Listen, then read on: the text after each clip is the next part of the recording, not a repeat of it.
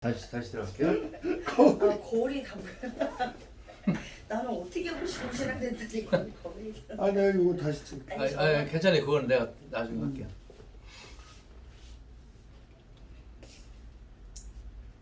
잠깐만요.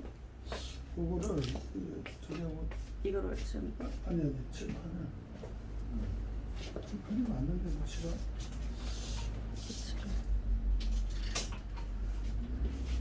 목사님이 조금 약간 이렇게 그러니까. 오셔야 될 것 같아요. 좋지. 예, 이쪽으로 약간만. 예, 예. 네. 그게 딱. 스탠바이. 큐. 안녕하십니까. 평택 지색교회를 담임하는 이금성 목사입니다. 이번 시간에는 로마서 네 번째 강의를 시작을 하겠습니다.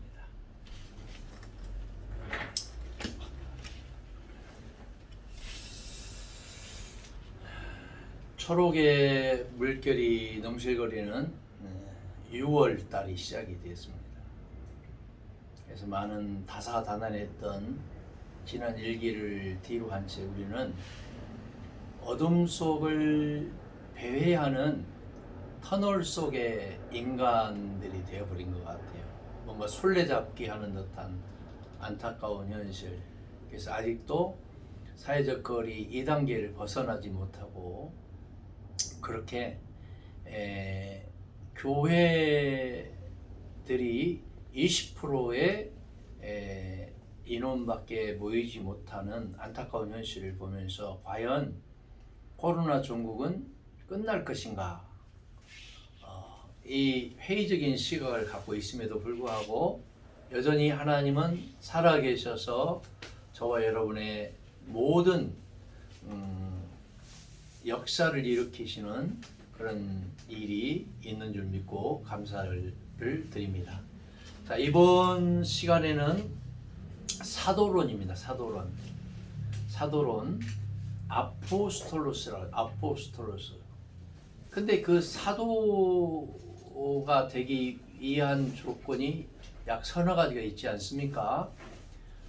사도가 되기 위해서는 반드시 예수 그리스도가 콜링해야 됩니다. 불러줘야 되죠.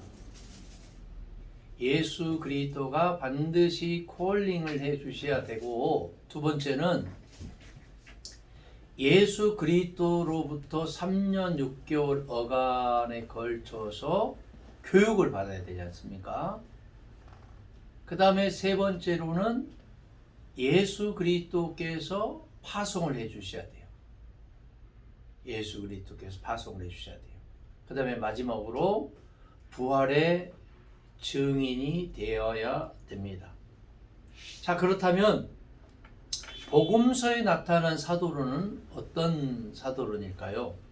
하나님의 나라를 위한 복음화 운동을 시작한 예수 그리스도께서는 제자들이라기보다는 자기와 함께 복음 운동을 할 동역자를 찾고 계셨죠.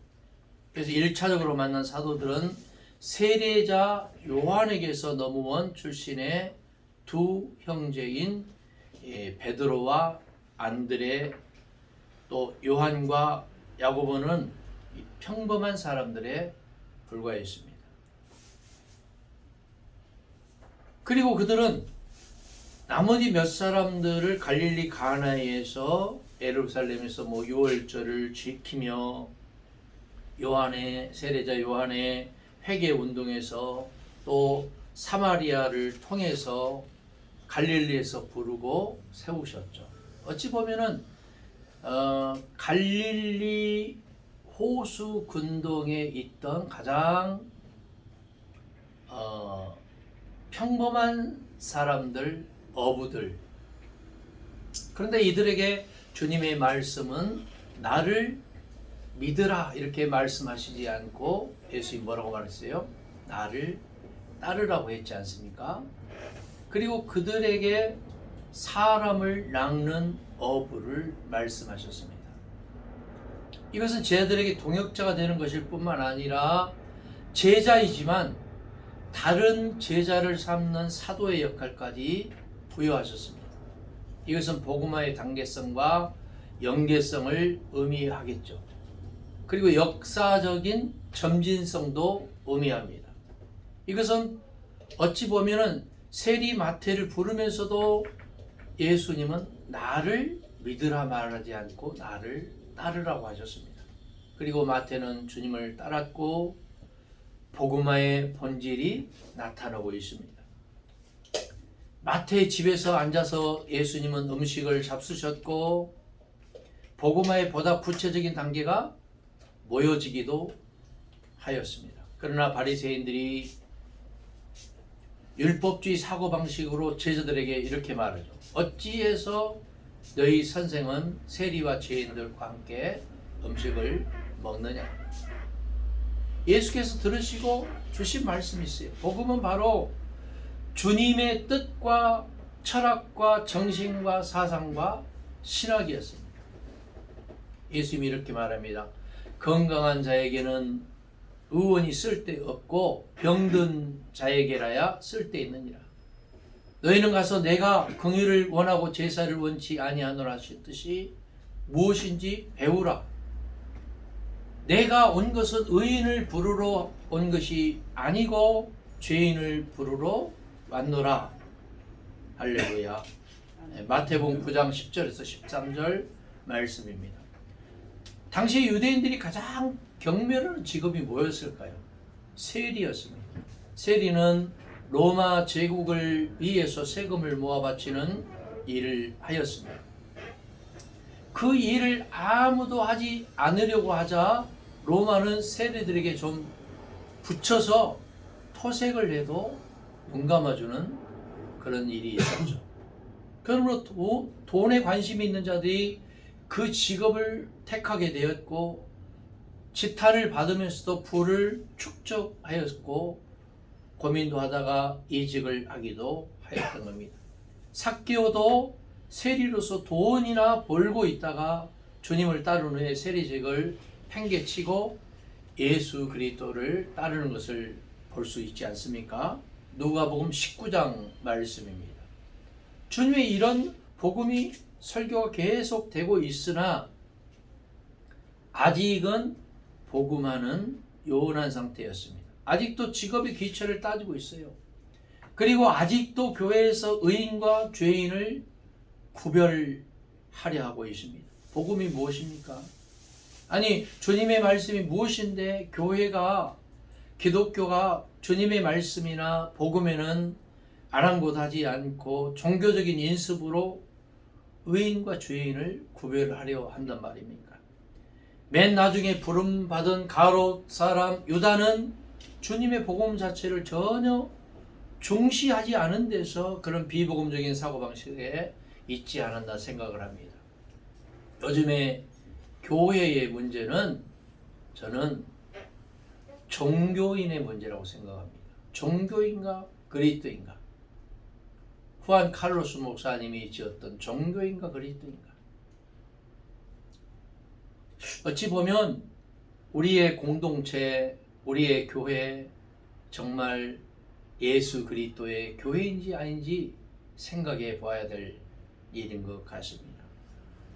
여기서 우리는 주님께서 12를 동역자로 삼으신 이유를 자세히 아는 것이 복음화 운동에 도움을 줄 것으로 여겨집니다.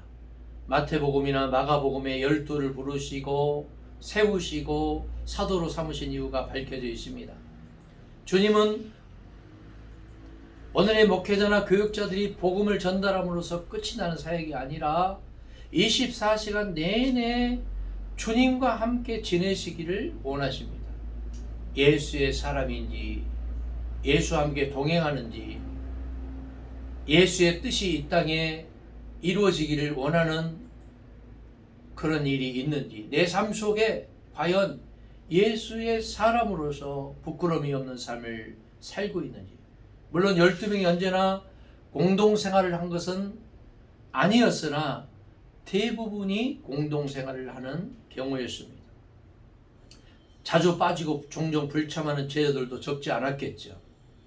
그러므로 주님은 누구든지 나를 따르려거든 부모나 처자나 형제나 밭 사는 일이나 손을 사는 일이나 장례를 심지어 치르는 일일지라도 그런 것을 뒤로하고 우선적으로 이 복음화의 사명에 공동체에 불참하는 것을 원치 않으셨습니다. 오늘의 교회 공동체가 이처럼 사명의 공동체라면 주님처럼 참석을 강조하지 않을 수 없을 겁니다. 그렇기 때문에 우리가 알아야 될 것은 뭐냐면은 교회에서는 어떤 사역이나 일이 아니면 테크닉이 우선시되는 일이 있어서는 안 되겠습니다. 예수라면 어떻게 말하고 생각하고 행동했을까를 고민해야 됩니다. 지고지순한 사상의 뜻을 가질수록 주님은 그만큼 고독한 가운데에서 이념이나 사상이나 신앙의 일체감을 바라셨습니다. 그런 공동체의 중요성을 보이셨습니다. 결국 가롯 사람 유다에게는 일체감도 없었고 공동체도 없었습니다. 그것을 성공이나 실패라기보다는 공동체에서는 그런 존재가 있기 마련인 것을 보여주었습니다. 그리고 마띠아가 가롯 유다를 대신하는 공동체를 보여주셨잖아요. 불과 12명의 공동체의 그런 불일치가 얼마나 엄청난 파급을 가져오는지를 보여주었습니다. 어찌 보면은 우리에게도 마찬가지입니다. 같은 마음을 가지고 같은 방향을 바라보면서 어떻게 하는 것이 아버지의 뜻을 이루는 것인가를 고민을 해야 되는데 우리는 내 생각을 가지고 예수님 재림할 때까지 평행선을 쭉 그어요. 그것은 논쟁일 따름입니다. 토론을 잘하는 사람들은 어떠한 목표를 가지고 어떤 주제를 가지고 어떻게 그 목표와 주제를 이루어 갈 것인가를 토의하는 것 아니겠습니까? 주님은 언제나 같이 있고 싶어 했습니다. 늘 함께 지내기를 바라셨습니다. 비록 위협과 환난이 닥쳐도 함께하는 공동체이기를 바라셨습니다. 성령도 하나고 하나님도 한 분이고 그러기 때문에 교회인 너희도 하나 되기를 힘써 지키라고 말씀하신 주님. 믿음이 적은 자들이 용기가 부족하여 배신하고 없어지고 도망쳐버린 일들에 많은 무상함을 느끼는 주님. 더러운 귀신을 쫓아내며 모든 병과 모든 악한 것을 고치는 권능을 주시기 위해서라는 이 마태복음 10장 1절의 말에는 무한한 뜻이 내포되어 있습니다. 이것을 흔히 신유라고 말할 때는 복음화의 폭이 매우 좁아지고 맙니다. 더러운 귀신은 여러 가지입니다. 모든 병과 모든 약한 것도 무한한 뜻을 지니고 있지 않습니까? 복음은 설교나 신유만이 아니라 모든 것을 내포하고 있습니다. 모든 병과 모든 약한 것도 무한한 뜻을 지니고 있습니다. 어떻게 보면 강도 맞는 자를 신유로 현장에서 고치는 것만이 능력이나 권능은 아닙니다. 여관이나 병원에 데려가서 며칠씩 간병하고 몇 달씩 치료를 받고 약을 쓰고 주사를 넣고 간병을 잘 받는 것은 비복음적인 것이 아니죠. 기도로 안수로 안찰로 나아야만 주님의 권능이 아니라는 거예요. 어떤 목사님 사모님이 유방암이 걸렸어요. 그런데 기도로 낫겠다고 하면서 기도만 하고 있었어요. 유방이 암이 확 퍼졌습니다. 1기에서 2기, 3기로 넘어가 버린 거예요. 이것은 어떻게 보면은 무지의 소치죠. 하나님의 성령은 강력하게 개인적으로 집단적으로 역사하기도 하지만 의사와 간호사와 현대의학의 모든 것을 통해서도 역사한다는 것을 믿으시기 바랍니다. 비행기나 배를 타지 않고 여행을 할 수 있습니까? 요즘에는 대한민국에서 로스앤젤레스까지 40분이면 갈 수 있는 방법이 나왔다고 그러죠. 마치 로켓 미사일 쏘는 것 같은 원리라고 그래요. 이제 세계는 2시간 30분이면 세계 어느 곳이든 그 안에 다 도달을 한다고 합니다. 제 아들 차를 타고 제가 일전에 고속도로를 갔어요. 아들이 이제 대학원을 나오고 연구원 뭐 대리가 되어서 차를 올보로 샀습니다. 근데 그 차를 탔는데 아들이 운전대를 놓고 120km를 달리는 거예요. 그리고 핸드폰을 가지고 딴짓을 하는 거예요.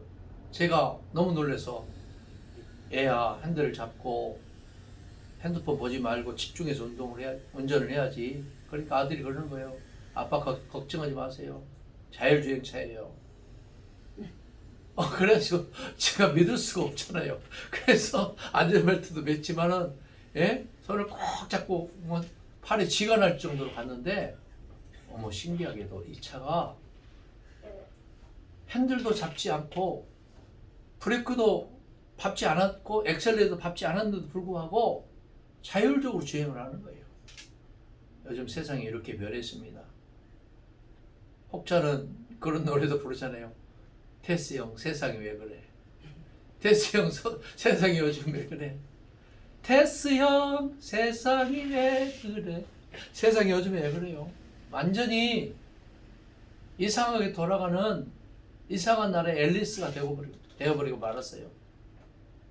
뭐 사회적 거리를 둔다는 미명하에 많은 사람들이 교회를 향해서 돌을 던지는 기세입니다.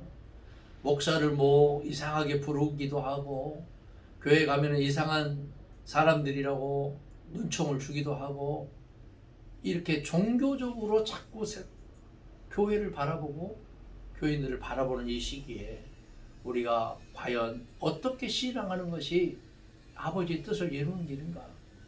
어떻게 하는 것이 세상 사람들에게 유일한 길이요 진리요 생명이신 예수 그리스도의 복음을 선포하는 길인가를 고민하는 여러분 될 수 있기를 바랍니다. 주님 당시에는 권능적인 치유로 많은 병과 약함과 더러운 귀신을 내어 쫓을 수 있었어요. 지금도 약이나 뭐 수술보다 그런 은사로 치유가 잘 되는 사람이 있어요. 제가 CTS 기독교 방송 그쪽 부흥단에 소속이 되어서 집회를 하는데 여러분 말씀을 선포할 때는 사람들 눈빛이 온화하게 있다가 갑자기 은사 집회를 한다고 하니까 이 사람들의 눈이 집단적으로 광기로 변하면서 제가 손을 안수하면서 갖다 대지도 않았는데 스스로 쓰러지는 거예요. 이런 모든 모습들을 보면서 제가 느끼는 게 있어요. 야, 이거 심각하구나. 제가 1992년도 인도에 이로드 집회를 갔는데 새벽과 오전에는 한 4,000명 정도 천막 집회로 모였어요. 그래서 거기서 이제 특송을 하고 청년들 18명치가 이제 인솔해서 갔습니다만은 그리고 저녁 집회를 어디로 뭐 이제 데리고 가더라고. 가보니까 운동장이 있는데 운동장에 형광등을 큰 형광등을 막대기에 꼽아서 거기에 맨바닥에다가 형광등이 쫙 그냥 운동장 바닥에 있는데 한 명, 두 명 모이기 시작하더니 그라운드 집회를 하는데 약 3만 명 이상이 모인 거예요. 그런데 인도 찬양을 배워서 이제 찬양을 우리 멤버들이 하는데 엄청난 역사가 일어난 거예요. 막 제가 거기서 무슨 입신이 뭔지 뭐 어떻게 알겠어요 그 당시에. 이제 찬양을 하는데 사람들이 막 30cm씩 막 공중부양을 하는 거예요. 그리고 막 쓰러져서 막 그냥 쓰러져서 또 다시 일어나 또 찬양하고. 이런 성령의 역사는 인위적으로 만든 것이 아니고 성령의 자연적인 역사 아니겠습니까? 근데 반면에 부흥사들이 개인 체면이나 집단 체면을 배워서 한 가지 찬양을 100번을 박수를 치면서 무릎을 꿇고 하면은 어떤 사람이 갖다 손을 대더라도 쓰러지게 되어 있어요. 이것을 엑스타시를 경험하기 때문에 그렇습니다. 황홀경. 여러분, 오늘의 더러운 귀신과 오늘의 모든 병과 오늘의 모든 약함은 오늘의 능력으로 치유하는 법이 있습니다. 의료보험과 사회보장제도와 응급제도는 마귀의 것이 아니잖아요. 근데 요즘에 뭐 보니까 뭐 코로나19 바이러스 그 백신에 뭐 예? 무슨 칩이 들어있다 그거 맞고 나서 조종을 한다 이런 가짜 뉴스를 가지고 유튜브를 뭐 양산을 해내고 참 말도 안 되는 논리를 가지고 어둠의 영이 지배하는 것이냐 이렇게 착각을 하면서 사는 사람들이 의외로 많아요. 무지한 사람들. 더러운 귀신과 모든 병과 모든 약한 것을 기도와 은사와 신유로만 해결하는 것에 오히려 마귀가 틈을 탄다는 것을 알아야 됩니다. 주님의 복음은 더러운 귀신과 모든 병과 모든 약함을 고치는 권능인 겁니다. 이런 진리에서 의학이 권능이 되고 보험과 조합과 회사와 단체가 권능이 될 수 있는 겁니다. 더러운 귀신과 모든 병과 모든 약함은 죄 때문에만 오는 것이 아니고 그런 것을 해결하는 것이 하나님께 영광 돌리는 이름을 자신 있게 주님은 밝혀주셨습니다. 주님은 자기가 동역자로 삼은 자들에게서 그런 역사가 있기를 바라셨습니다. 권능의 사람으로 복음하는 사람들이 되기를 바라셨습니다. 능력의 사람으로 치유하는 자가 되기를 바라셨습니다.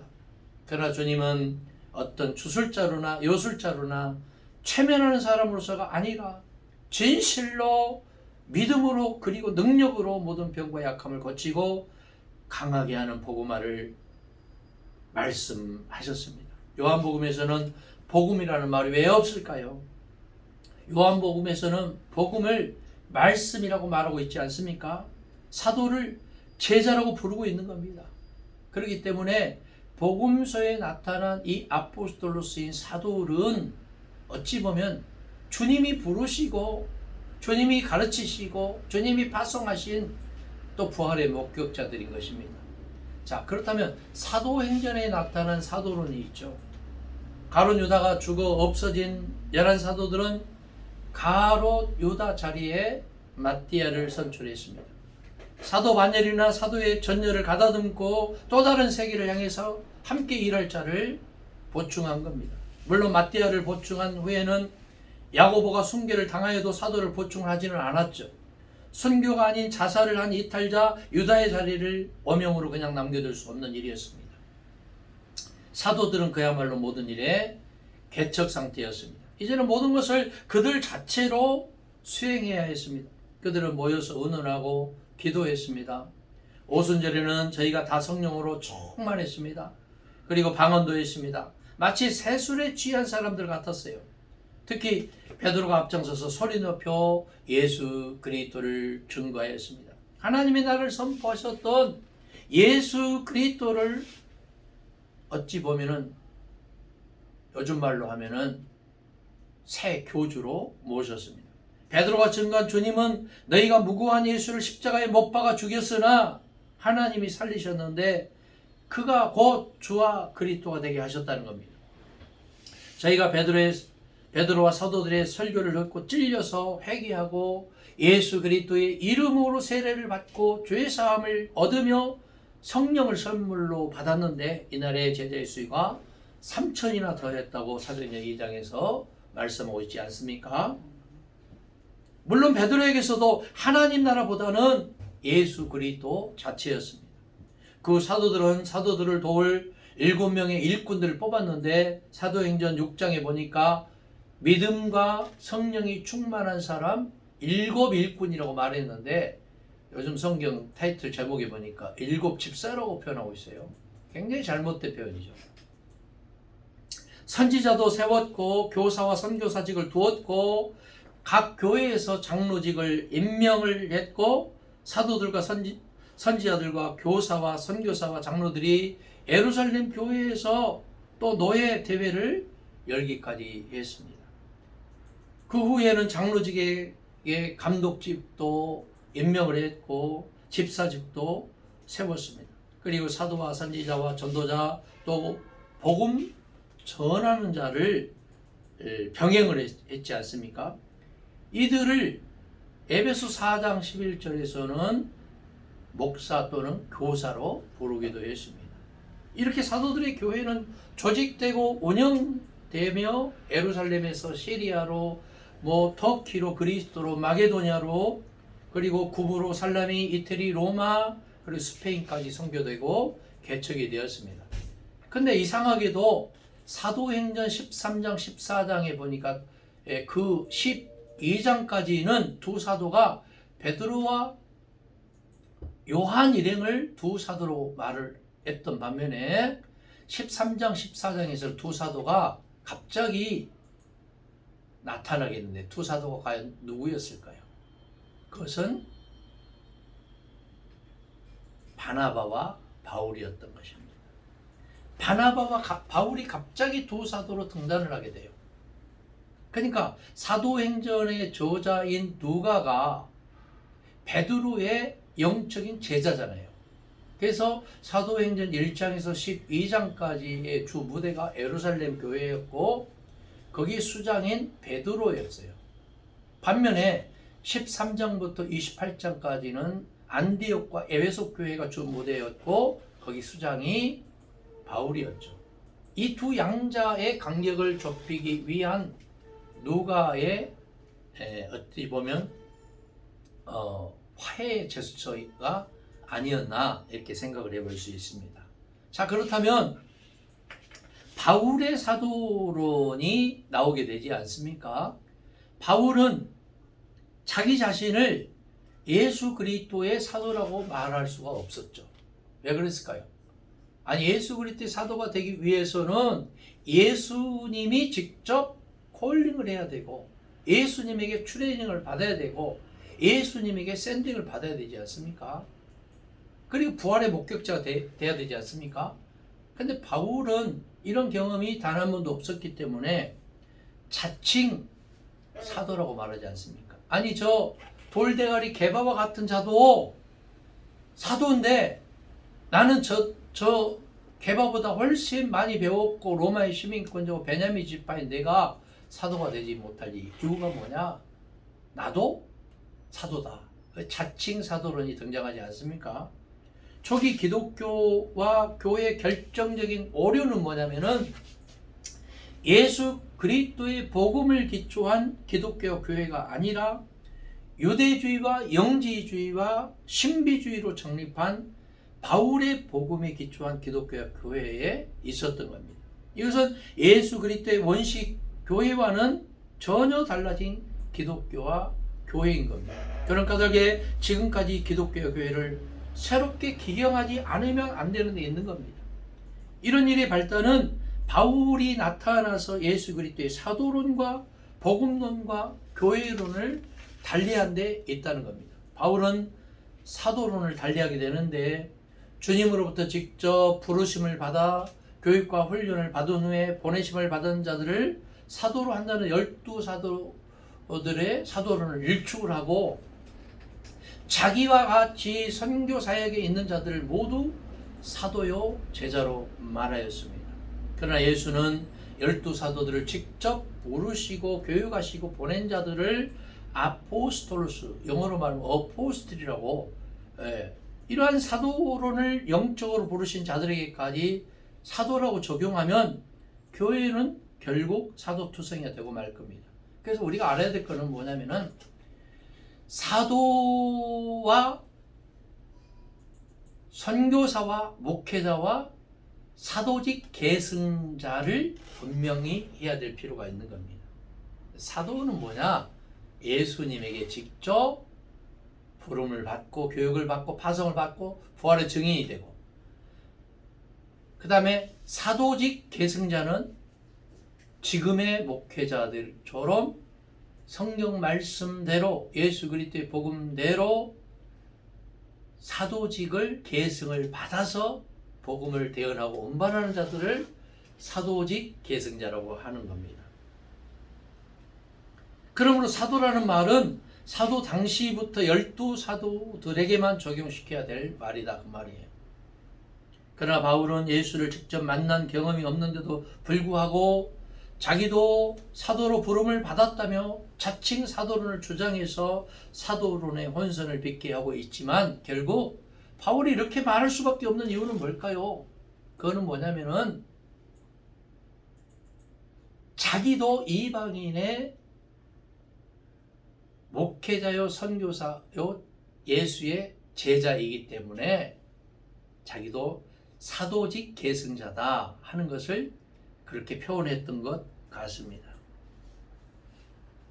그것이 바울이 육적인 삶이나 관계를 경시하거나 무시하며 영적인 삶이나 관계를 중시하고 위에 둔 어찌 보면 이원론적인 사고방식 때문에 온 일종의 마이가스펠, 자기의 복음인 겁니다. 그러면서 바울은 당시 12사도들보다는 자기가 계시를 받고 성령을 받은 까닭에 바울 자신이 더 권위 있는 사도로 여겨졌고 하나님과 예수 그리스도로부터 영적으로 부르심을 받았으니까 나도 사도고 내가 더 큰 사도라고 주장하고 있는 겁니다.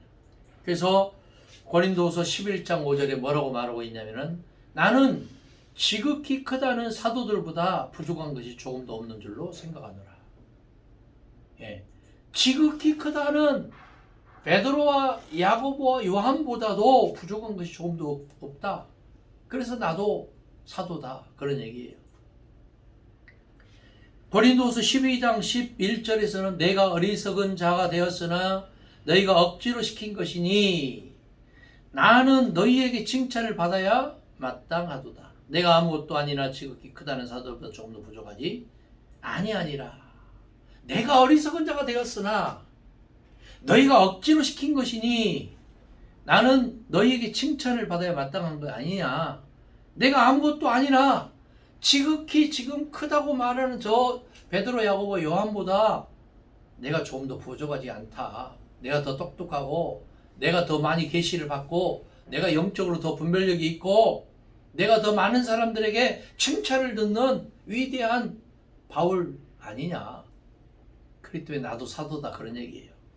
그리고 사람으로 인해서 사도가 된 것도 아니고 예수 그리스도와 죽은 자 가운데 살리신 하나님 아버지로 인해서 사도가 된 자신이라고 하면서 자신의 사도론을 스스로 고린도 후서에서 변론하고 있는 겁니다.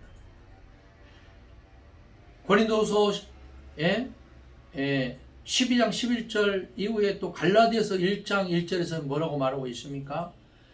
사람들에게서 난 것도 아니요 사람으로 말미암은 것도 아니요 오직 예수 그리스도와 그를 죽은 자 가운데 살리신 하나님 아버지로 말미암아 사도된 바울은 야, 이 갑자기 바울이 사람으로 뽑힌 것도 아니고 고집 뽑힌 것도 아니고 제비 뽑힌 것도 아니고 예수 그리스도로부터 받은 것도 아니고 하나님으로부터 하나님 아버지로 말미암아 사도된 바울은 이렇게 갑자기 하나님의 사도론을 들고 오는 거예요. 하나님의 사도론. 여러분 어떻게 생각하세요? 좀 혼란이 있지 않습니까?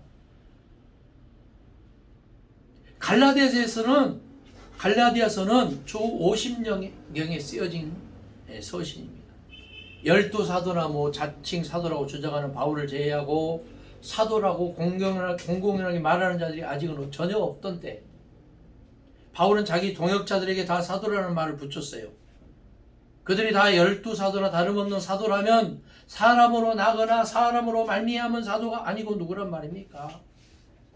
바나바나 실라나 요다나 디모데나 디도나 마가나 누가가 다 사도라면 그들도 자기와 함께 어찌 보면은 계시나 비밀이나 깨달음으로 사도가 된 자들이라는 말입니까? 갈라디아서에서 바울이 말하는 것은 12사도들을 겨냥해서 육적으로 사도된 자들을 중시하지 않은 그런 바울의 어떻게 보면은 개인적인 생각이었겠죠. 따라서 예수로부터 직접 부름받은 사도들은 영적으로 부름을 받은 자기보다 못하다는 바울의 주장은 어찌 보면 좀 설득력이 좀 떨어지겠죠. 여러분, 사도는 자기가 많이 알고 똑똑하고 특별해서 사도가 된 게 아니죠. 예수가 특별히 부족하고 연약하고 무식한 자들을 선택하고 불러서 훈련을 해서 파송하죠. 왜냐하면 사도는 자기 생각을 전하는 자들이 아닌 겁니다. 사도는 예수 그리스도의 복음을 그대로 대언하고 운반하는 자들이 사도가 되지 않겠습니까? 고린도 후서 12장 11절 다시 한번 내가 어리석은 자가 되었으나 내가 억지로 시킨 것이니 나는 너에게 칭찬을 받아야 마땅하도다. 내가 아무것도 아니나 지극히 크다는 사도들보다 조금 더 부족하지 아니하니라. 나는 지극히 크다고 말하는 저 벳시, 야시, 요시보다 훨씬 내가 더 똑똑하고 잘나고 특출하다 그 말이에요. 계시를 많이 받았다 그 말입니다. 갈라디아서 2장 6절에서는 유명하다는 이들 중에 저 유력한 이들은 내게 의무를 더하여 준 것이 없고, 예, 바울은 당시에 절대적인 권위를 가지고 있는 12사도들 중에서도 지극히 크다는 사도들인 베드로, 야고보, 요한보다 자기가 조금 더 부족하지 않고 오히려 12사도보다 자기가 더 훌륭하다는 주장을 펼치고 있습니다. 그리고 그들이 자기에게 도움을 주거나 더하여 준 것이 없다는 거예요. 저들은 나에게 전혀 도움 안 되는 인간들이라 그 말이에요. 오히려 자기의 마이가스페림, 자기의 복음을 증거하는데 벳시, 야시, 요시가 오히려 장애물이 된다 그 얘기예요. 이런 사도성이나 불평은 일반적인 사람들이나 사칭하는 사도들을 놓고 하는 이야기가 아닙니다. 바로 사도 당자들인 12사도들과 같이 자기도 사도라며 시비를 벌인 바울 스스로의 주장 아니겠습니까? 그리고 영적으로 부름을 받은 자들이 다 사도라면 오늘 우리도 다 사도가 되는 거겠죠. 어떤 율법주의자들은 자기가 목사가 대제사장이고 사도라는 거예요. 야, 참 어처구니 없는 분들 많아요. 여러분 어처구니가 뭔지 알죠? 예? 연자맷돌 손잡이를 어처구니라고 해요. 손잡이 없이 연자맷돌을 돌리는 것은 어처구니 없는 사람이란 말이에요. 어처구니 없는 목회자들 정말 많습니다. 참 죄송하지만 뭐 3개월, 6개월 태평양 목사들 많아요. 정리돼야 돼요. 3개월, 6개월 비행기 타고 미국 가서 자기 손 얹고 손 내리면은 미국 도착한 목사가 돼 있어요. 미국에서 로스앤젤레스에서 비행기 타고 오다가 자기가 스스로 손 얹고 손 내려놓고 인천공항에 도착하면은 자기가 목사가 돼 있는 거예요. 이거 정말 한국 교회가 변해야 돼요. 무자격 목사들, 그들이 어떻게 보면 종교인들을 양산하고 있지 않습니까? 정말 정신 차려야 돼, 한국 교회. 물론 이렇게 말하는 분들이 있어요. 예수님이 무슨 신학교를 나왔냐, 학교를 제대로 나왔냐, 뭐 3개월, 6개월이 무슨 상관이냐, 이렇게 말하면 할 말 없어요. 이거는요, 가장 기본을 무시하는 말들 아닙니까? 물론 영적으로는 다 사도직 계승자라고 말할 수가 있겠죠. 그러나 12사도들을 무시하면 안 되잖아요. 영적인 것과 육적인 것을 동일시하면 사도의 표준을 어디에 두어야 돼요? 그래서 스스로 자가당착에 빠지는 겁니다. 스스로 자기 모순에 빠지는 거예요. 그가 왜 12사도들에게 이런 이유와 비난과 면박까지 공공연히 할 수 있었습니까? 그는 유명하다는 자들이라는 말을 3번씩이나 합니다. 3번씩. 당시 유명한 자들은 바로 12사도 중에 3명의 사도로 지칭하는 베드로와 야고보와 요한 사도였습니다. 바울은 바로 저 유명하다는 3명의 사도들을 계속해서 공박을 합니다. 고린도 후서에서는 7년이 지난 후에도 여전히 지극히 큰 사도들보다 조금 더 부족함이 없는 바울이었어요. 그래서 고린도전서 11장 5절과 12장 1절에 지극히 큰 사도들보다 조금도 부족함이 없다. 그리고 바울은 자기의 사도됨은 사람에게서 난 사도가 아니라는 강변을 7년 전에 갈라디아서의 주장과는 모순되게 다른 사람에게는 내가 사도가 아닐지라도 너희에게는 사도니 나의 사도됨을 주 안에서 인친 것이 너희라는 말이었어요. 너희란 말. 고린도전서 9장 2절에 그렇게 말하고 있잖아요. 다른 사람에게 사도가 아니야. 그러나 너희에게는 내가 사도 아니냐. 바울은 갈라디아서에서 베드로로는 2번, 게바로는 4번을 섞어 쓰면서 게바를 책망할 일이 내가 있기로 내가 저를 면책하였노라. 갈라디아서 2장 11절 그렇게 말하고 있습니다. 게바가 책망할 것이단 말이에요. 게바가 뭐예요? 게바가 영어로는 헤드스톤이에요. 헤드스톤. 돌대가리. 돌대가리 저 게바. 저 돌대가리 게바는 정말 무식쟁이고 뭐가 그렇게 무서워서 이방인하고 같이 밥 먹고 있다가 내가 나타나니까 도망가냐. 그런 얘기 아니에요. 그래서 면책했다 그 얘기예요. 바울은 주님의 사도인 시몬 베드로는 단 한 번도 사용치 않았습니다. 그에게 역사적인 이야기는 아예 함구했어요. 그러면서 함께 있는 바나바에게도 같은 면박을 합니다. 바나바는 마가와 함께 바울과 결별을 한 직후잖아요. 베드로와 함께 안디옥에 있을 때였어요. 갈라디아서 2장 11절에 13절 말씀 아닙니까? 근데 왜 바나바와 마가와 같이 1차 선교 여행을 했던 바울이 2차 선교지를 놔두고 결별을 했을까요? 여러분 한번 고민 한번 해보세요. 바나바와 마가는 예수 그리스도에게 직접 하나님 나라의 복음을 들었던 목격자였습니다. 반면에 바울은 단 한 번도 예수 그리스도의 복음을 들어본 적도 없었고 그 당시에는 사복음서가 나오지 않았던 때였잖아요. 근데 선교지에서 보니까 바울이 선포하는 메시지가 예수의 복음과는 전혀 동떨어진 율법과 신비주의와 영지주의와 바울의 복음이었던 거예요. 계시적인 것, 영적인 것. 여러분 영적인 거 정말 좋아해요. 한국 사람들.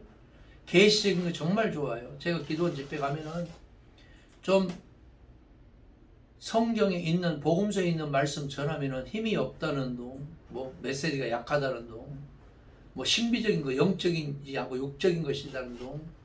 야 정말 그런 얘기들 하는 사람들이 간간히 있어요. 여러분 진짜 영적인 거고 계시적인 게 뭘까요? 그것은 바로 예수 그리스도의 하나님 나라의 복음인 줄 믿습니다. 유대주의나 영지주의나 신비주의에 있는 바울은 육체를 따라 난 자가 성령을 따라 난 자를 핍박한 것 같이 이제도 그러하도다. 갈라디아서 4장 29절에 그렇게 말하고 있습니다. 자기가 육적인 차원에 있는 저 유명하다는 사도들로부터 받는 핍박을 말하는 바울이었습니다. 다른 사람들은 감히 바울을 핍박할 자가 아무도 없었죠. 왜냐하면 그 당시에 소아시아의 대부분의 교회를 바울이 장악을 하고 있었어요. 물론 유대인들이 바울을 보고 변절자라고 하고 핍박을 하는 경우가 있었으나 바울은 이미 유대인들과는 영영 결별을 한 다음이었지 않습니까? 그러나 바울은 유대인들과는 변절자로서의 피해의식과 12사도들과는 개심자로서의 어찌 보면 열등의식에 있었습니다. 그러니까 바울은 육적인 유대인들이나 12사도들로부터는 냉대와 외면을 받고 있는 것을 말하였잖아요. 예수 그리스도와의 육적인 육성에 예수 그리스도의 복음에는 관심이 있을 수가 없었죠. 왜냐하면 예수 그리스도의 복음을 한 번도 들어본 적이 없었기 때문에. 예수 그리스도의 육성, 지저스 세인지라고 그래요. 가르사대 복음 한 번도 들어본 적이 없었어요. 그렇기 때문에 어떻게 보면 관심이 없을 수밖에 없었죠. 그래서 그것을 일축을 하고 다만 영적인 것에만 관심이 있었습니다. 여러분 예수님이 사복음서에 보면은 육적인 메시지와 영적인 메시지 비율로 따지면은 육적인 메시지가 97% 이상을 장악하고 있어요. 영적인 메시지는요 3%도 안 돼요. 근데 요즘에 목회자들 목회하는 방식과 패턴을 보면은 특히 여자 목사님들 정말 실명을 많이 해요. 성경 말씀에 대한 설교에는 너무 약해요. 그런데 기도와 찬양과 무슨 뭐 원사적인 것에는 너무도 강한 면모를 드러냅니다. 여러분 좀 정신을 바짝 차려야 될 것 같아요.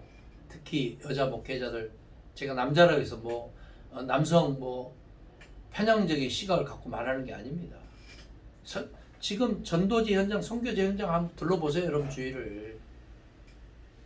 설교가 너무 약해요. 연구해야 돼요. 연구 없다. 언제까지 그럴 거예요? 계속 말씀을 파야지. 예수 그리스도의 복음적인 시각에서 계속 말씀 파야지. 언제까지 뭐 예언을 한답시고 그 뻥이나 치고 다니고. 예언이 뭐예요? 예언이 예수 그리스도의 이후에 성경 말씀 66권 이후에 예언은 예보로 바꿔지는 거. 일기예보 이런 거. 예? 예언이 뭐예요? 미래에 되어질 일이잖아요. 그것이 예수 그리스도와 성경 말씀 66권 이후에는 성경을 예수 그리스도의 복음적인 시각에서 재해석해 주는 게 예언입니다. 할렐루야. 근데 미래에 되어질 일을 무슨 노스트라다무스나 뭐 뻥쟁이들처럼 점쟁이들처럼 예수 무당들이 너무 많아요. 예수 무당. 자기가 무슨 권세 있고 권능 있는 것처럼 착각을 하면서 뭐 예? 성령 받아라. 뭐. 지가 성령을 주는 거예요. 지가 신이에요. 이런 무식한 사람들 어디 있습니까? 세상에. 자기가 무슨 성령 하나님을 지배하는 사람이에요. 성령 받아라. 주택이 말야. 이런 무식한 흰돌산 윤모 목사. 정말 짝대기 가지고 막 목사들 막 강대상 올라오고 해서 두드려 패기나 하고. 제가 오래전에요. 그 후임으로 갈 뻔했거든요. 갔으면 진짜 큰일 날 뻔했어 진짜. 그렇게 무식합니까 세상에. 예? 주택이 말야. 뭐 요단과 물을 갖다가 예? 입에다 퍼부으면서 이것이 요단과 물이 될지어다 하면서 화장실 물에서 떠가지고 와가지고 제가 이스라엘 선교지 2005년도에 갔다 오면서 제 스승인 손병호 박사님이 이제 요단과 물을 떠서 이제 우리 교인들 세례시키려고 제가 가니까 2주 지나면 그 다 썩으니까 버리고 인천공항에서 물 떠다가 그거 갖다 줘 요단과 물을 해라. 요단과 물이 대단한 물입니까? 똑같은 물이에요. 똑같은 물. 왜 그런 식으로 자꾸 이상한 논리를 가지고 여러분 예? 갈릴리 가나에 가니까 또 뭐 포도주를 팔더라고. 3달러에 팔아. 얼마나 쌉니까? 먹을 수가 없어요 도대체.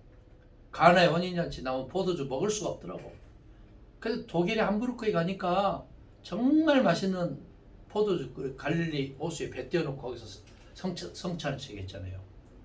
그건 뭐냐면 우리의 편견이 나를 죽이고 있는 거예요. 어찌 보면은. 예? 여러분 바울의 소신은 그러나 높이 평가할 만하다. 왜냐? 바울은 율법과 예수 그리스도의 복음을 연결해주는 가교 역할을 하지 않습니까? 사복음서도 없었죠.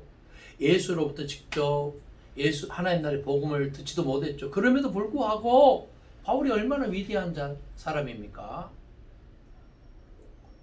유대교인 구약과 율법과 성전 종교와 예수 그리스도의 하나님 나라의 복음을 연결시켜주는 About Jesus Christ Gospels 가교 역할을 하고 있잖아요. 가교 역할.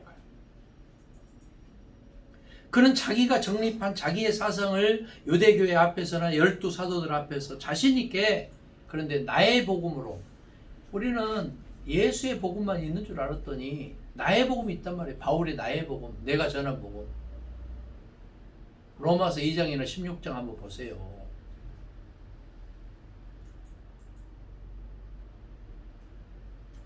그는 아직도 복음서가 나오지도 않은 사이 구약과 직결된 그의 교회론과 복음론과 기독론과 구원론을 말한 것은 다른 사람으로서는 도저히 창출하기 어려운 것을 창출한 유대주의자고 영지주의자고 신비주의자고 마이 가스펠 나의 복음의 원조였던 겁니다.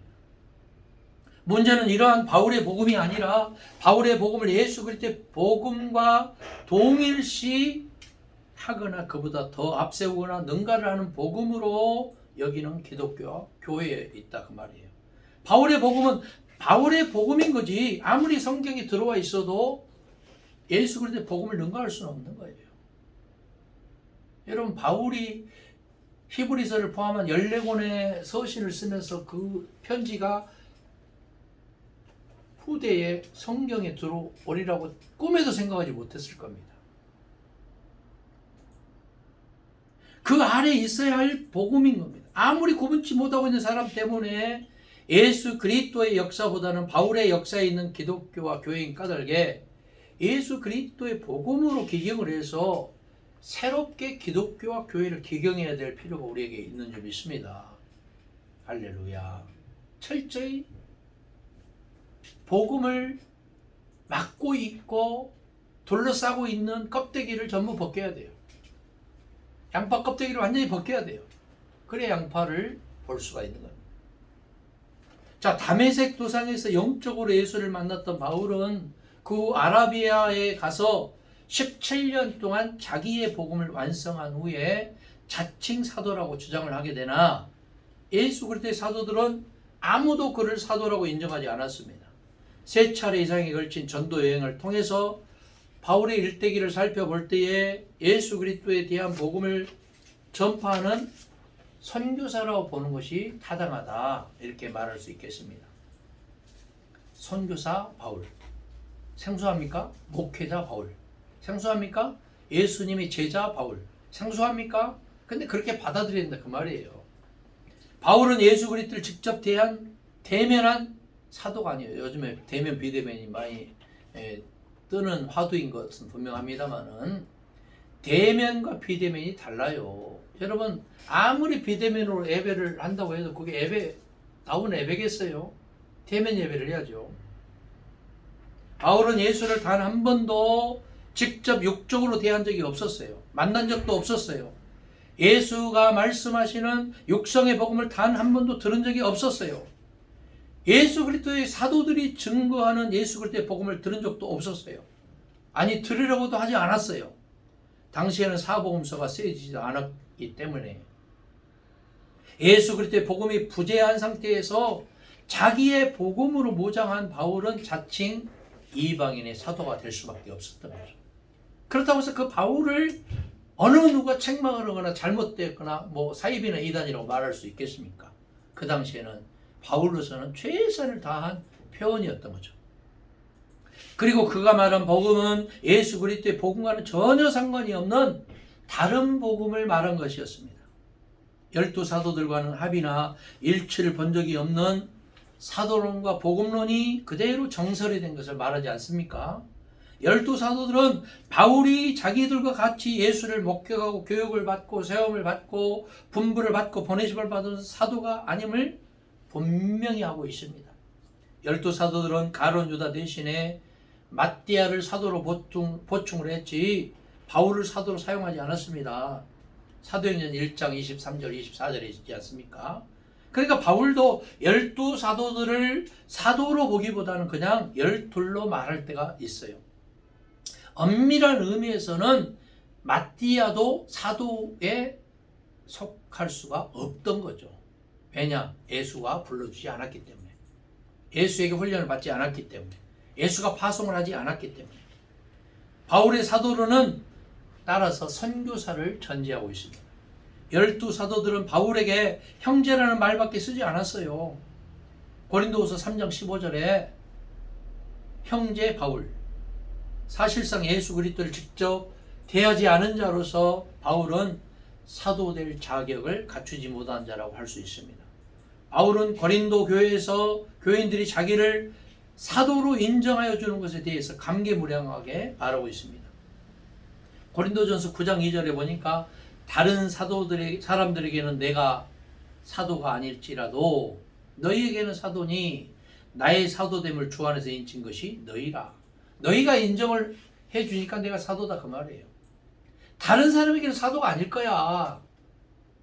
다른 사람에게는 사도라고 인정을 받지도 못하고 있어. 그러나 고린도 교회 너희에게만큼 사도 아니냐 이 말이에요. 그러니까 다시 말하면 목회자 아니냐 이 말이죠. 요즘 말로 하면은 사람에게서 난 것도 아니고 사람으로 말미암은 것도 아니라 하나님과 예수로 말미암아 사도된 바울이 나의 사도됨을 주 안에서 인친 것이 누구다고요? 너희단 말이에요. 너희. 이것은 바울의 어떻게 보면은 자가당착인 겁니다. 고린도 교회에서 인친 것은 바로 사람들로부터 인친 것이기 때문에 그렇습니다. 바울의 역사관이나 문화관이나 사상관이나 사회관이나 종교관이나 철학관이나 사상관이나 신앙관이 예수 그리스도의 복음에 근거하지 못한 까닭에 그가 아는 신학이나 복음과는 2차원적이나 3차원적인 것밖에 되지 못한 거예요. 1차원적이나 4차원적으로는 접근하지 못하겠죠. 바울이 예수 그리스도를 직접 만나 직접 듣거나 아니면 12 사도들을 통해서 예수 그리스도의 복음에 철저하게 복음서를 그렇게 단 한 번이라도 읽었더라면 바울 서신 14권은 지금처럼 유대주의나 영지주의나 신비주의나 자기의 복음에 입각해서 쓰지는 않았을 겁니다. 바울 서신 14권에 예수가 하신 복음서의 메시지가 단 한 절도 없어요. 야, 얼마나 깜짝 놀랄 일입니까? 왜 그럴까요? 저는 너무 깜짝 놀랐어요, 사실은. 예수 그리스도의 복음을 연구하고 바울 서신을 연구하면 제가 너무 깜짝 놀란 게 바울 서신 14권 중에 단 한 절도 예수 그리스도가 선포한 복음의 메시지가 없다는 거예요. 단 한 절도. 왜 그럴까요? 당연하죠. 예수를 못 만났고 사복음서를 그 당시에는 나오지도 않았고 예수 그리스도의 복음을 들어보지도 못했기 때문에. 그럼에도 불구하고 바울이 얼마나 대단한 사람이에요. 얼마나 대단한 사람. 아포스톨로스는 명사로서 사도라는 뜻입니다. 동사는 보내시다라는 뜻을 가지고 있습니다. 따라서 바울은 어떻게 보면은 바울의 사도로는 하나님의 사도로 보내심을 받은 것은 가능하죠. 12 사도 입장인 예수 그리스도의 복음에서는 사도가 아닌 목회자요 선교사였던 겁니다. 번디 바울은 신학자가 아닌 선교사로서 이방 세계 내에서의 이방인의 복음적 지위를 위해서 그들에게 유대교의 유럽으로부터의 해방을 주장했습니다. 최창모 교수가 쓴 이스라엘사에 보면은 이방 세계 내에서 이방인의 복음의 지위를 위해서 유대교의 유럽으로부터 해방, 그런 유대인 중에 유대인이고 로마인이고 헬라 사상을 가진 당시의 석학이고 종교인이었고 선교사요 교회의 지도자고 목회자였지 예수 그리스도의 12 사도와 같은 부류는 아니었다는 거죠. 그러므로 바울에게 있는 한계점이나 부족함이나 문제점을 처음부터 인정을 해야 되나 그렇게 하지 못한 기독교 교회였다 그 말이에요. 바울은 예수 그리스도의 복음을 알지도 접해보지도 못한 유대주의자고 영지주의자고 신비주의자고 마이 가스펠의 그 연장선상에서 예수 그리스도의 복음이 아닌 예수 그리스도에 대한 복음에 충실한 선교사요 목회자의 한 분이었다. 그래서 바울은 위대한 사람이다. 자, 그렇다면 이 시간에는 하나님의 교회와 예수 그리스도의 교회에 대해서 한번 살펴보고자 합니다. 여러분, 하나님의 교회는 포괄적이죠. 포괄적. 반면에 예수 그리스도의 교회는 근본적이라고 말할 수 있습니다. 바울은 유대 교회에서 개심한 자입니다. 유대 교회에서 개심한 바울. 그는 같은 하나님 신을 믿었으므로 개종이라고 할 수 없었으나 성전 종교와 해당 종교의 유대인들이 그들이 가장 싫어하여 십자가에 못 박아 죽인 예수가 바로 그들이 대망한 메시아 그리스도이고 또 주님인 것을 처음 말한 개신자나 다름이 없었습니다. 그러므로 그는 유대 종교로부터는 용서받을 수 없는 변절자요 배신자요 배반자인 바울이었던 겁니다. 바울은 예수 그리스도와는 달리 유대 종교와의 피차 공존보다는 결별을 택했습니다. 예수는 죽어주시고 끝을 내셨으나 바울은 새로운 구축을 했죠. 그렇지 않으면 생존할 길이 없었기 때문에 그렇습니다. 그러므로 예수를 잡아 죽인 유대인들은 바울도 잡아 죽이고자 했으나 그는 유대인들이 쉽게 처형할 수 없는 로마의 시민권자 아니었습니까? 바울은 성전과 회당 종교에서 교회 종교를 구축하지 않으면 안 되었어요. 그러나 그는 12사도들로부터 전혀 지지를 받지 못했습니다. 물론 중후반부에서는 이방인의 사도로 선교여행에 대해서 낙찰을 받았지만 말입니다. 바울로 인해서 예수 그리스도의 교회보다 하나님의 교회로 보급이 되고 있는 초기 교회에서 12사도 쪽에서는 마태만이 유일하게 예수 그리스도의 교회를 말했습니다. 그러니까 바울 서신 14권이 이제 기록이 된 뒤에 마가복음이 기록되고 나서 80년경에 마태복음이 기록되잖아요. 바울도 없죠. 예수의 사도들도 거의 다 죽어가고 있죠. 그때에 비로소 마태복음이 기록된 거예요. 그러면서 마태복음의 저자 마태는 하나님의 교회라고 말했던 바울 서신에 비해서 아니다. 예수 그리스도의 교회가 맞다. 이걸 정리하고 있는 것이 마태복음 16장 16절 18절 말씀인 겁니다. 마태는 과거형이나 현재형의 교회를 지향하고 미래형의 교회를 지향했어요. 이것은 예수 그리스도의 교회가 어느덧 바울의 하나님의 교회로 회귀하고 만 것에 대해서 예수 그리스도가 말씀하신 교회는 하나님의 교회가 아니라 예수 그리스도의 교회라는 것을 말했던 마태였던 겁니다. 하나님의 교회는 아브라함의 교회에서부터 족장들의 교회나 12지파의 교회나 사사들의 교회나 왕들의 교회나 성전 종교나 회당 시나고그였죠. 또 사두개와 바리새인들의 교회와 바울의 교회는 물론 초대교회나 중세교회나 개혁교회나 오늘의 교회까지 다 포함하는 교회를 하나님의 교회라고 말하고 있으나 예수 그리스도의 교회는 오로지 예수 그리스도가 말씀하시고 사도들과 사람들과 함께 이룬 교회만을 말하고 있는 겁니다. 하나님의 교회, 예수 그리스도의 교회 무엇이 다를까요?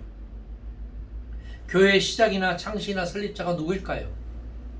예수 그리스도인 줄 믿습니다. 예수가 그리스도이라는 것을 깨달은 바울은 제사 종교나 율법 종교나 성전 종교나 회당 종교인 유대 종교에서 떠나고 나온 에클레시아로서 그들과는 다른 교회를 개척하고 설립을 했지 않습니까? 이러한 바울의 활동이나 선교의 12사도들은 전혀 도움이 되지 못했습니다. 그들은 교회를 세울 생각이나 선교를 할 생각을 전혀 하지 않았어요. 다만 함께 모여서 지난날을 회상하면서 자기들이 예수 그리스도의 사도라고 말하는 거였어요. 바울이 볼 때 좀 짜증나는 거죠.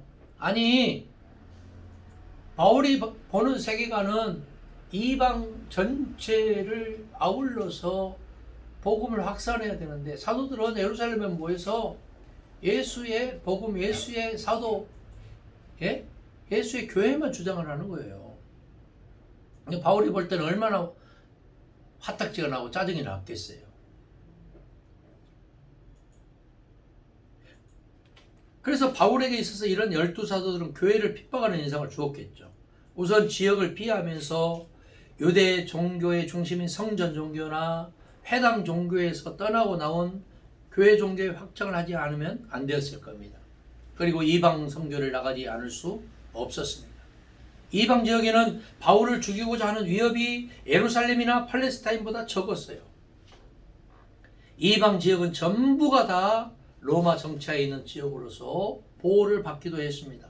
그는 선교사였고 목회자였지만 생업을 위해서 이곳저곳으로 다니면서 무역하는 로마 시민권자이기도 했습니다. 그래서 천막을 만드는 장인이기도 했습니다.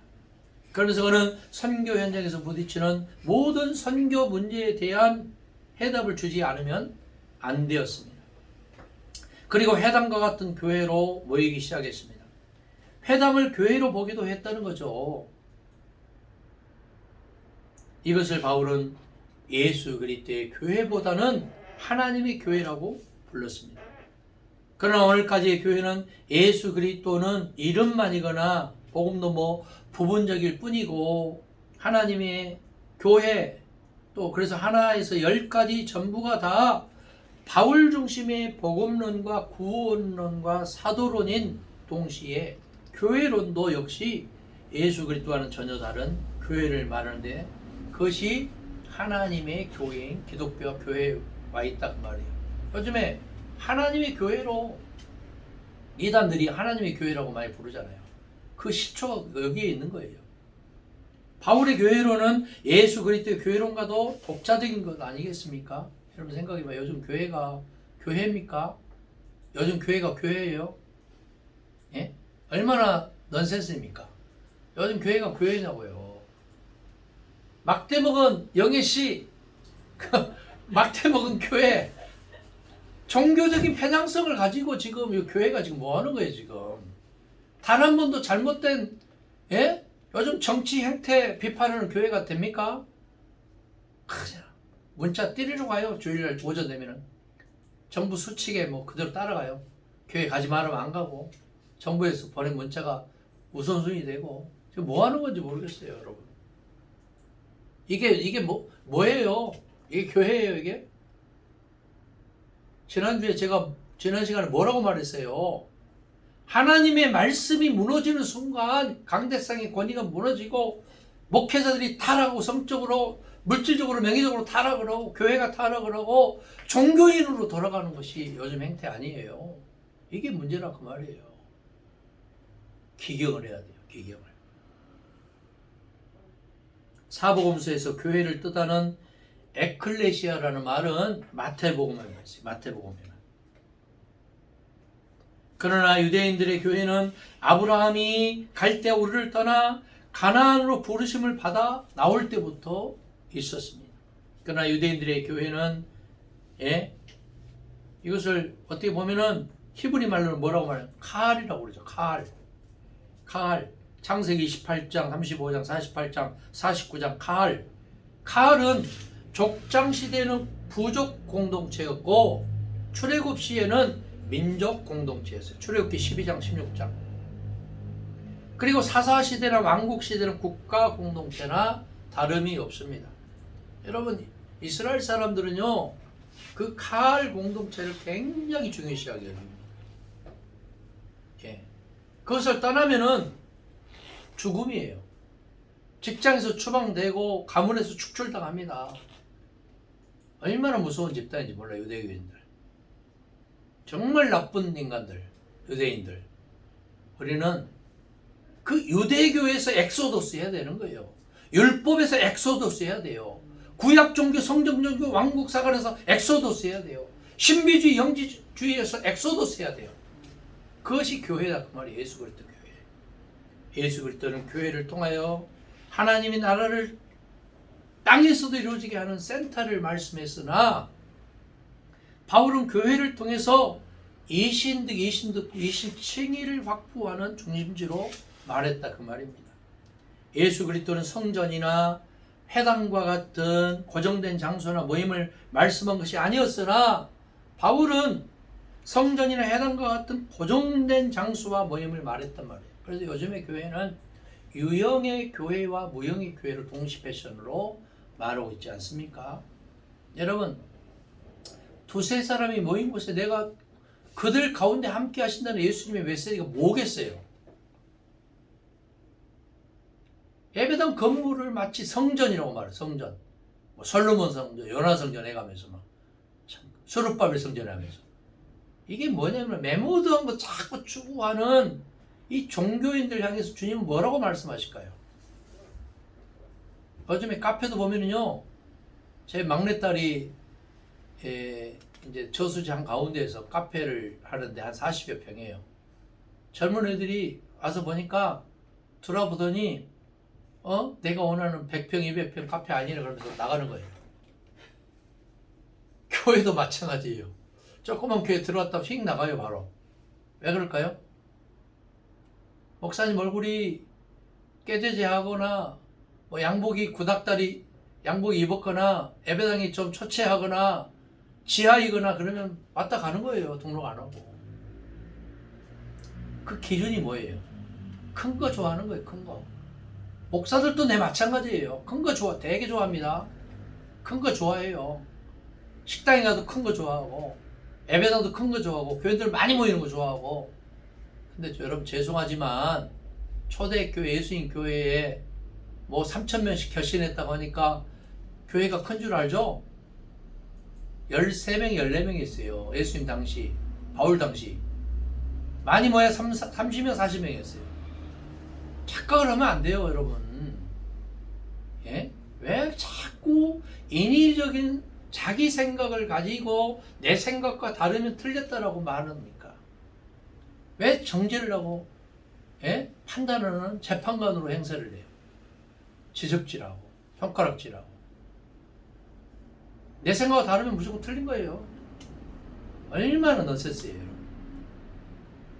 예수 그리스도는 유대 종교에서 떠나고 나온 교회를 말하지 않습니까? 바울은 유대교를 보완하는 교회를 말했지, 바울은 특히 예수 그리스도의 십자가를 통한 대속을 알게 하고 믿게 하는 교회로 출발을 했지. 그래서 제가 지난 시간에 구속과 구원은 다르다. 구속은 영어로 리뎀션이고 구원은 셀베이션이다. 리뎀션은 제물이 있고 제사 제도가 있고 대제사장이 있고 피 흘림이 있는 거다. 그러나 구원은 그런 거 다 필요 없다.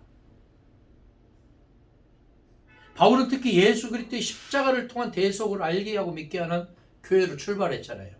그러나 예수 그리스도는 유대 종교로서는 하나님의 온 인류 구원이 불가능하므로 서로 사랑으로 오는 새 계명과 새 길과 진리와 생명을 말씀했잖아요. 그러나 유대인 기독교인들은 그들이 수천 년간 드려온 희생제와 번제와 속죄제 등으로 드린 제사의 완성이 예수 그리스도의 십자가의 죽으심이라고 믿고 있었어요. 그 피 흘리심이 대속 제물로서 오고 죄 사함을 받게 하는 속죄론을 말하는 교회를 선호했잖아요. 예수 그리스도는 자기와 사도들이 중심이 된 모임을 교회로 말했으나 바울은 예수 그리스도의 십자가가 인류 구원의 의와 진리와 거룩이라는 것을 말하는 기독교와 교회였죠. 여러분, 십자가가 우리를 구원합니까? 십자가가 우리를 구원하지를 못합니다. 십자가를 믿으면 안 돼요. 성경책 이것을 믿으면 구원받습니까? 이거 믿으면 우상숭배요. 십자가를 믿으면 우상숭배예요. 이 말씀 안에 담긴 이 로고스를 믿고 신앙하고 따를 때 그것이 뭐예요? 예? 로고스가 뭐가 되는 거예요? 여러분, 이 말씀이 육신이 되기 위해서는 이 말씀을, 이 성경책을 믿는 게 아니고 성경 말씀에 있는 이 말씀을 믿고 따르고 신앙하고 그렇게 살 적에 그 말씀이 여러분의 살아있는 생명의 말씀이 되는 줄 믿습니다. 십자가는 믿는 게 아니에요. 따르는 거예요. 누구든지 예수 그리스도를 따르는 자는 자기 십자가를 지고 따르라고 그랬어요. 십자가를 믿는 게 아니고 예수 그리스도를 따르는 자는 자기 십자가가 무엇인지를, 내가 짊어져야 할 내 가정의 십자가, 자녀의 십자가, 교회의 십자가가 무엇인지, 선교지 십자가가 무엇인지를 바로 깨닫고 따라갈 수 있기를 바랍니다.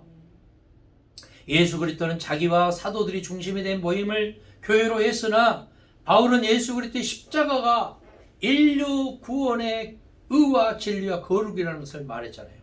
원래 제사 종교는 값 없이는 드리지 못합니다. 피 없이는 드리지 못하는 성전 종교였어요.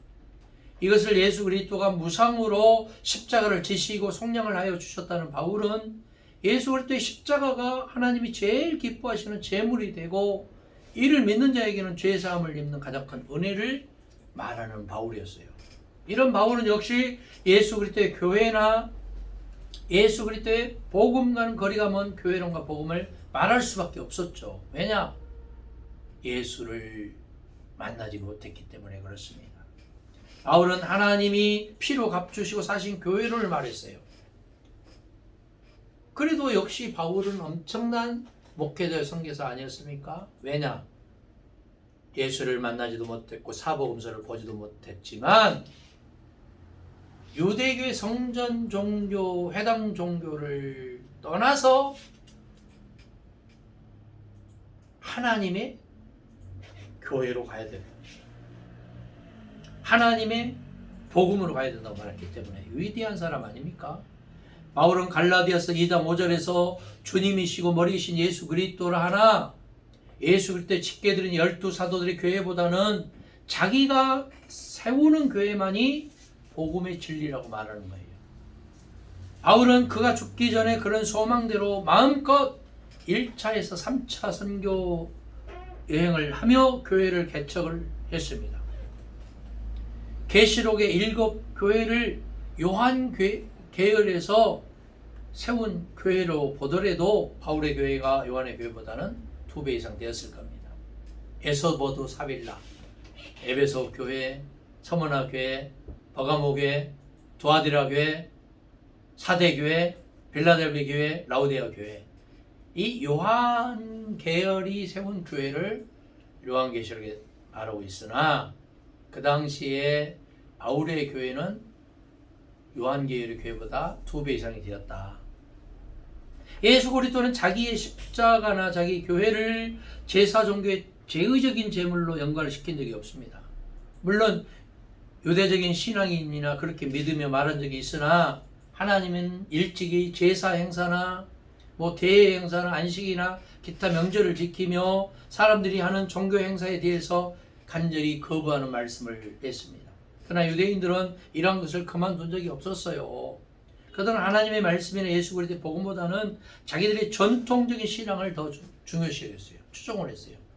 예? 요즘에 천주교인하고 똑같아요. 천주교 보면은요, 교황이 예수 그리스도보다 위에 있고, 예? 성경 말씀 66권